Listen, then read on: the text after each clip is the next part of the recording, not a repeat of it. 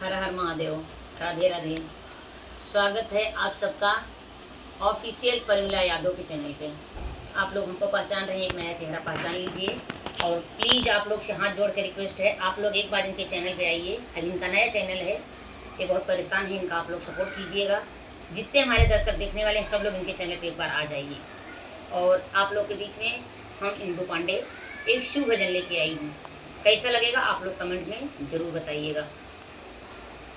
गौरा चली जइबो नैहरवा हमारा गाम नाई के। गौरा चली जइबो नैहरवा हमारा गाम नाई के। गौरा चली जइबो नैहरवा हमारा गाम नाई के। तोहरे नैहरवा गौरा पूड़िया मिठाई बा।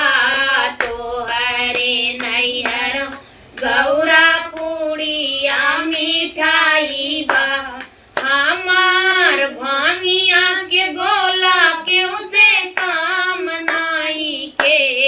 हमार भांगिया के गोला क्यों से काम नाई के।